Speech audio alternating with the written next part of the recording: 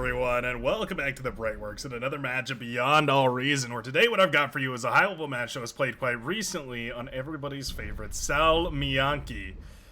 Yeah, Salmiakki. Not one of those maps that I think we see all too often, but I've been on a little bit of a bender looking at some of the maps that are a little bit less played, a little bit less often showcased, and I'm definitely excited whenever I get the chance to show off one of these matches played at a relatively high level. And today, spawning as a red Cortex commander here, building up their little base, it's going to be none other, than Atian. Atian spawning here at 31 open skill, going to be showing us what they've got here as a core comm, and going into some of those good old-fashioned core bots. Bit of a, contentious decision here, as the core bots have definitely been a little bit out of favor ever since the pawn buffs. That's all anybody can talk about nowadays, but for good reason. It definitely makes that early game a lot harder as a Cortex commander, where it used to be very APM unintensive. You could sort of just fight command forward, and as long as you were vaguely paying attention and moving those units backwards, it was pretty easy to keep those units alive. Nowadays, you have to be very, very proactive with your grunts if you ever want a chance of kiting against pawns, and even then, it can still be quite impossible.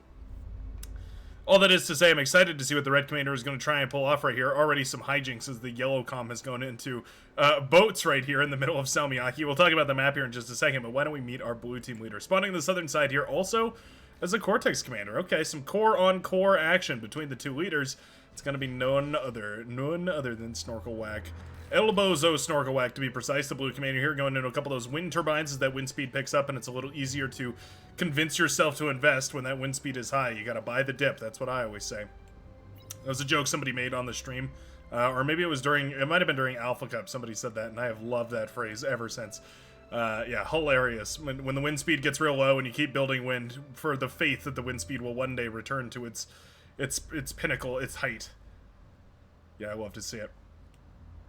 The memes of the Beyond Our Reason community starting to, they're in an infantile state, as it were, right now, starting to slowly grow up and become their own thing.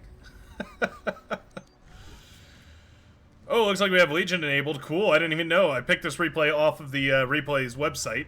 Sometimes I like to peruse through there. Other times you'll find me perusing through the Replay submissions channel on the Brightworks Discord, which is, of course, always linked down below in the description section. You're always more than welcome to take a look at that. Ooh, and we have an amphibious Legion tank coming out here. Alright, the Cetus, light amphibious tank. It's a bit of a weird one. It's got this little light anti-air gun, very similar to, I guess, for instance, you would compare it to something like the Pincer with a light AA attack, but even lighter than that, I believe. I think it fires a 2-round burst. I could be wrong about that, but it's a very light attack, but it fires rather quickly.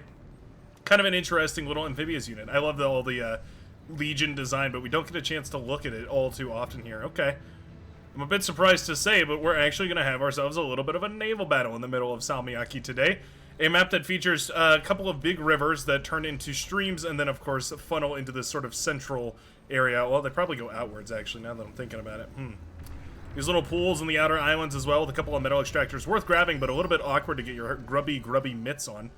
Can be difficult to figure out a convenient way of doing that. Oftentimes we see what the Cyan Commander here has done, Half Moon Angel, is just go ahead and build those mechs with the Commander. You sacrifice that Comm's 300 build power, of course, for a little while. Battle paused. Not altogether the end of the world, though. Started. Wow. A lot of advanced solars coming up here from Half Moon Angel, and I don't mind. I don't mind at all. Those solars obviously allow you to scale things really easily just because it's very consistent, right? Once you find just the perfect amount of energy to produce, suddenly you can do a wonderful job with those advanced solars because you don't need to worry about E-production. It's just all very consistent.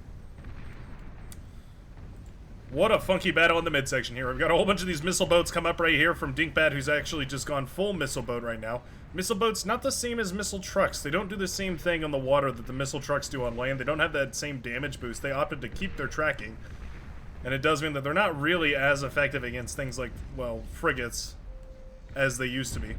Or, well, as ever they were.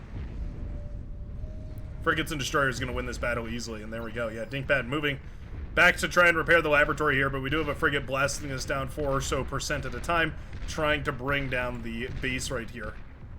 Yeah, the Seafoam Green Commander, I love it.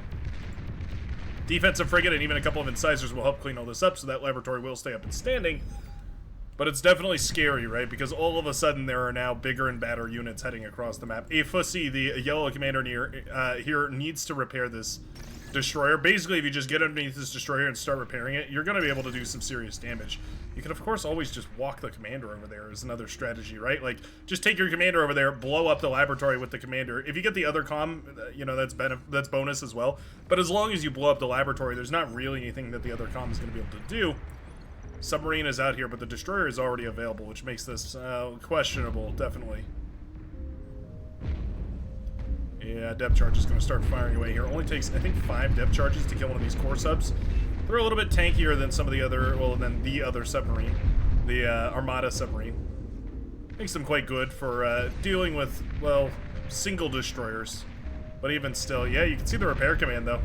Hey, nice repair from Dinkbat. Actually manages to repair the frigate, keeping it alive for the time being. Will the destroyer be enough? Oh, just barely not. Why aren't we getting that comm in the water? If the comm gets in the water and starts repairing and blasting down as well, I think this turns into a different kind of battle. Commander now in charge of repelling the shuriken here. Where's the repair micro, Fussy? There we go. Finally starts repairing these frigates, and that's what we needed to see all along. Eventually, these destroyers will outperform the frigates just 1-to-1. I mean, they're just better in every way. Except, of course, that they fire a little bit slower, but there are certainly ways to make up for that, like, of course, keeping your distance, and Fussy has done a great job of doing that. Dinkbat now in a bunch of trouble here, trying to reclaim as well, but that commander is going to blast down the shuriken, and Dinkbat now left with 14% HP. We have the scouting here from this missile carrier boat. This, what is it called? Missile corvette, that's right. Sussy indeed. The yellow commander. Well-to-do, putting those boats out on the field, getting a couple of those destroyers out and keeping them alive, making sure that you have the range and the firepower to actually deal with all this quite nicely. Only takes a couple of shots from those destroyers to bring down some of these units, and Dinkbat is in a world of trouble. Boom goes the Seafoam Green Commander, and just like that, an end to the Seafoam Arrow. So the question becomes, what is the next play? Do we go into an air lab on the little island? Do we go into a seaplanes lab on the southern part of this, or just, you know, kind of any section of this that's well guarded? Do we continue producing boats for some reason? I don't know. I don't know. It's a world of options available now to the yellow commander. Curious to see what the decision making is going to be. We are going to keep making boats for some reason. Wow. Okay. Well, hey, if the destroyers manage to connect against these guys... Oh, there's that amphibious tank, by the way. It looks like it is not a burst of projectiles, just a single projectile. Not really getting the value that I think it was supposed to, though, of course. Their amphibiosity is their main trademark. Not really using them for that means you're sort of wasting metal and specking into areas that don't really need to be purchased. Etienne holding for now these super heavy tanks. Well, let's call them heavy medium tanks. They're armored assault tanks, and basically what that means is that they're heavier than a medium tank, but they do quite a bit less damage. Doesn't matter if they're going to be fired at by about a bajillion rocket launchers all at the same time. Not to mention, of course, the heavy laser tower here, which is also quite nice for dealing with the bots in this situation. Napalm launcher or two would definitely make very short work of all this, but there is a trick. If you stand in the water, the napalm will not affect you, at least not nearly as badly. And sometimes you can get away with murder using bots against Legion vehicles if you have a good water source available to put out the fires of those Legion napalms. Plasmatic napalm is no joke. Burns through steel in a matter of seconds. It is very, very dangerous.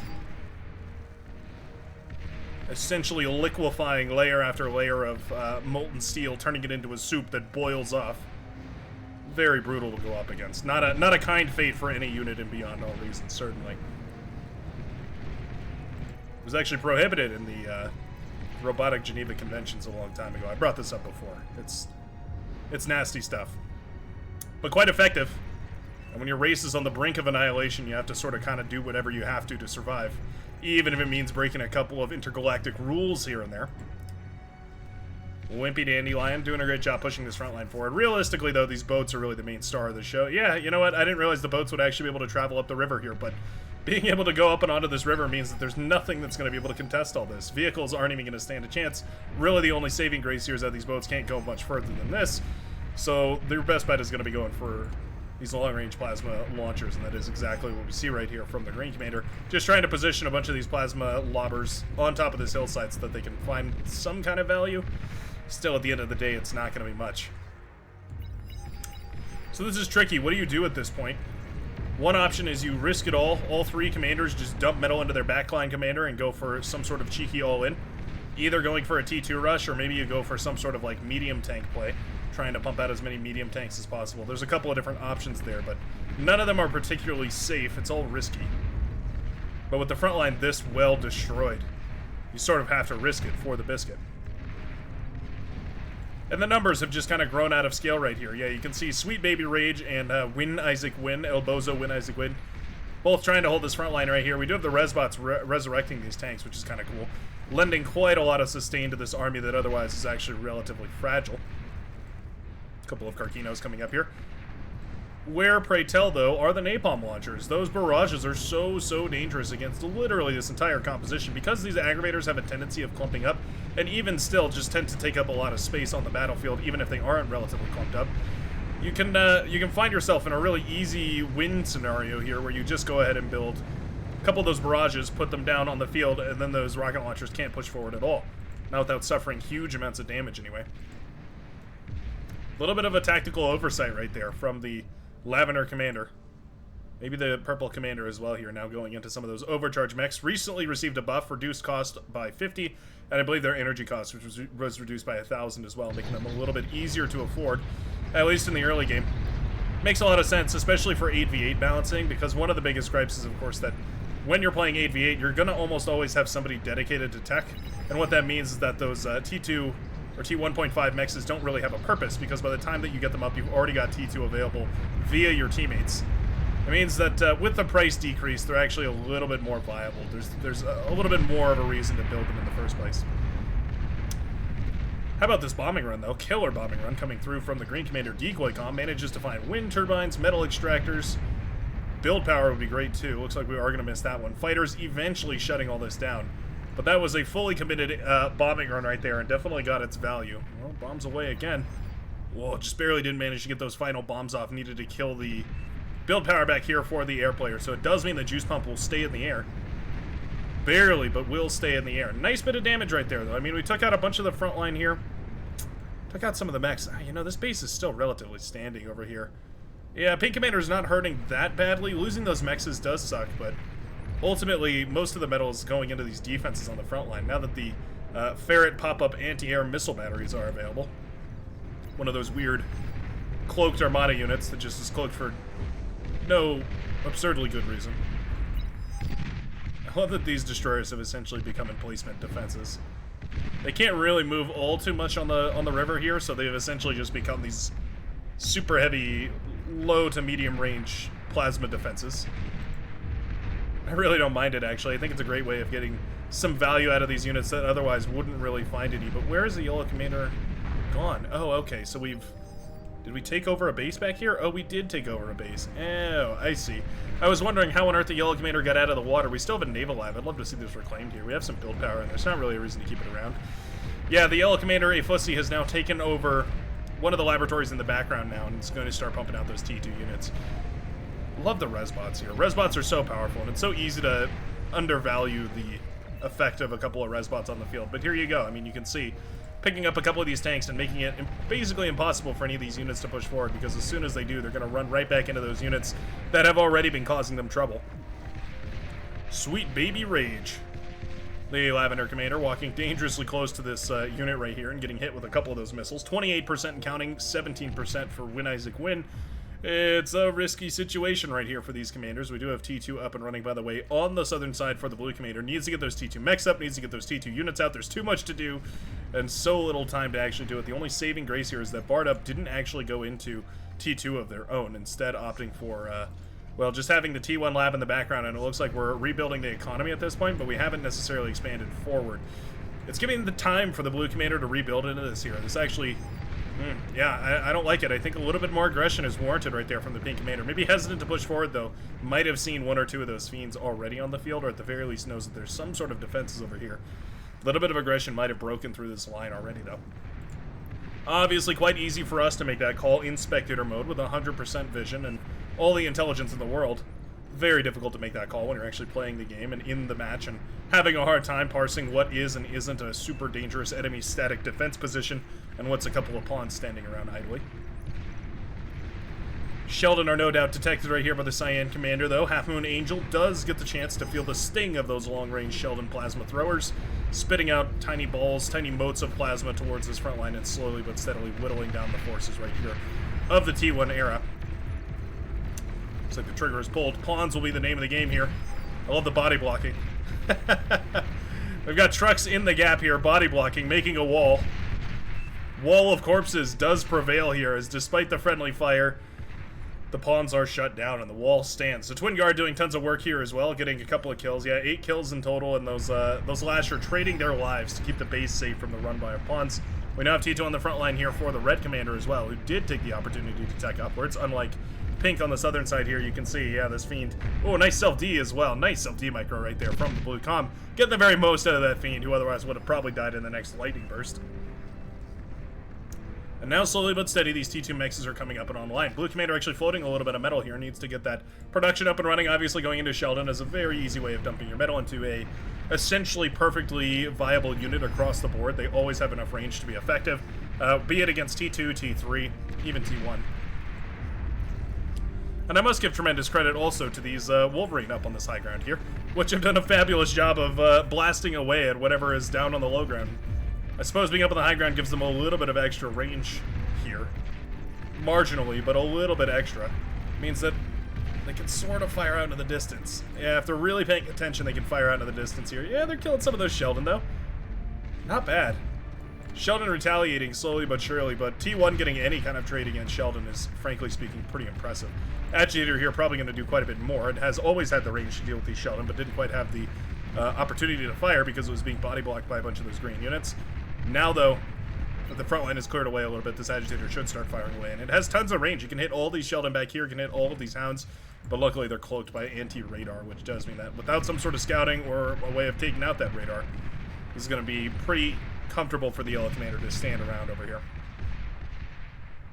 Scouting planes are another option, obviously. Going for a couple of Finches to fly overhead just to reveal the position here of some of these units wouldn't be the worst idea. Economy-wise, the red team far and away in the lead, though. They got those T2 up a whole lot earlier, and that 4x is your economy, essentially, and that means that just a little bit of early game T2 rush can definitely spiral rapidly into the late game. Not to mention a lot of mexes are down right now for the blue team as the maroon and red forces begin to push forward. The blue commander starting to get that Sheldon ball up to the point where they can get kind of aggressive. They're going to start firing away at the gauntlet over here, whittling that down slowly but surely. Not the end of the world. One of the things I would love to see utilized more with Sheldon is if you hold control and then hit Y. Sorry, alt and then Y, you can, I call it dumbfire set targeting, which is basically, it tells your units to shoot at a specific point on the ground, even if they're moving around. You can set a dumbfire target location and then basically just walk your units back and forth. Makes them very difficult to hit with any kind of plasma. And then, of course, allows you to continue firing as well, which is very valuable. Shuriken here to help with the base defense. We do have, yeah, no anti-air actually up here. Yeah, Shuriken should be pulled against this. Fiends would do lovely to burn this away if the Shuriken could only paralyze it and make this a super easy defensive position right here. Spybot available as well as another alternative option for paralyzation. Paralysis. Bard up here, trying to reclaim some of these turrets. I'm going to be stepping forward. Yeah, that pink commander runs out of energy right here and is revealed. All of a sudden, it's the primary target for all of these Sheldon. Oh, juicy Spybot connection up here. I heard the Spybot connection, and look at that. Tons of units self-D. Oh, we could self-D like 2 of these, and they would all go up. Yeah, nice self-D. Boom! Goes the entire composition with just a single self-destruct command. Takes out all those fiends, but also takes out thousands of metal worth of Sheldon on the fronts right there. That's about as juicy as you could possibly hope for. Pretty much the perfect Spybot connection. If you're talking about comeback mechanics in this game, that's basically the comeback mechanic. Walled off area over here is going to deny the Spybot access. That's actually quite nice. Rare W for walls. Meanwhile, Afussy, the yellow commander who adopted a new base, has begun to continue... Well, yeah, has begun to continue the push. The push was halted for a minute by the static defenses, but now will resume as the Sheldon come around the bend here and start firing away at a bunch of this T1 static defense, making it ultimately quite inefficient here. As we move into this part of the game, those T1 statics are not going to hold up so well against the tremendous waterfall of plasma fire coming out of this many Sheldon. And frankly, there's not a lot that can stand up to this much plasma fire. They do, you know, a minuscule amount of damage per shot, but there's just 100 of them, and they all fire relatively quickly. Nice to see. Sheldon getting value, immense value on this northern side. Big old minefield made. Oh wow, look at this. So we've got mines and walls being set up here. What a cool little structure we've got going on. I always love when commanders get real creative with those minefields, those mine layers, all that sort of stuff. Shuriken's paralyzing this over here, by the way, on the southern side. I feel like, yeah, mine layer is definitely one of those things that we don't see utilized to their fullest potential. This is one of those things that I expect as beyond all reason matures, as the game gets bigger, as the Korean audience grows.